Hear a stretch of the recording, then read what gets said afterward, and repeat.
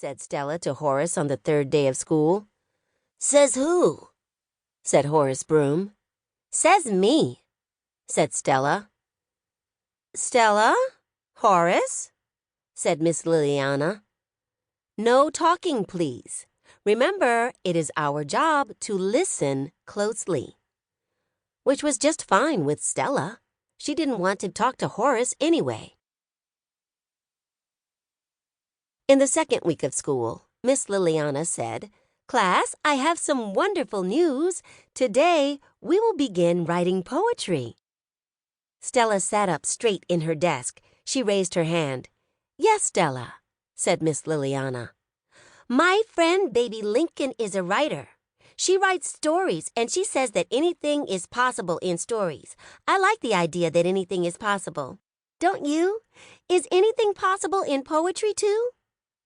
"Absolutely it is," said Miss Liliana. "And a good way to begin an anything is possible poem is by thinking metaphorically. Who knows what metaphorically means?" Horace Broom, of course, raised his hand. And then, without even waiting for Miss Liliana to call on him, he said, "Metaphorically means that you can see how one thing is like another different kind of thing. You compare the two different things, and you do it without using the words like or as." "That is an extremely thorough definition, Horace," said Miss Liliana in her good fairy voice. She clapped her hands. She looked delighted. Horace Broom looked smug. Miss Liliana said, "Now, for tonight's homework, I'm going to ask you each to write a poem with a metaphor in it. Tell me how one thing is like another different thing, and you will be well on your way to writing a poem. Tomorrow we will read our poems out loud." Stella looked over at Horace Broom.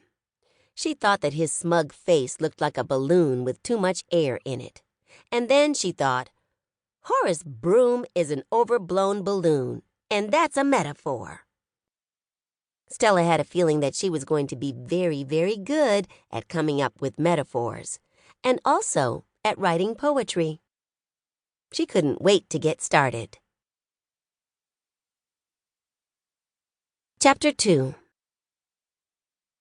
After school, Stella sat at the kitchen table and tried to work on her poem. Stella's older brother, Frank, stood next to her. He looked over her shoulder. Frank said, "Poems are actually much more difficult to write than one would suppose. Poems are a tricky undertaking. I speak as a journalist, of course, not as a poet."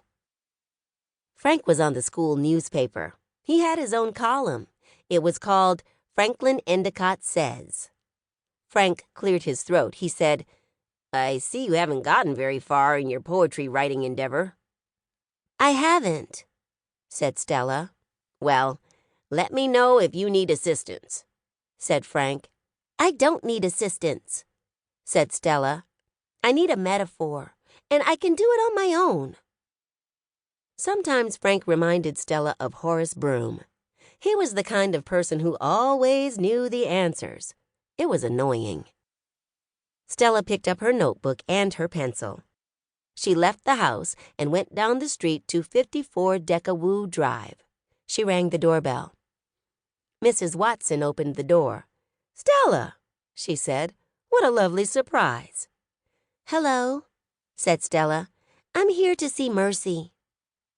"Of course," said Mrs. Watson. "She's in the living room."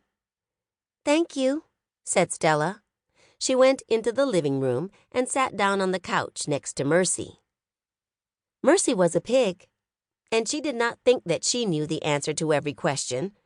Also, Stella doubted that Mercy would think poetry writing was a tricky undertaking. Stella opened her notebook. She leaned against Mercy. She tried to think metaphorically. From next door came the sound of Eugenia Lincoln playing the accordion. It was a mournful song. Eugenia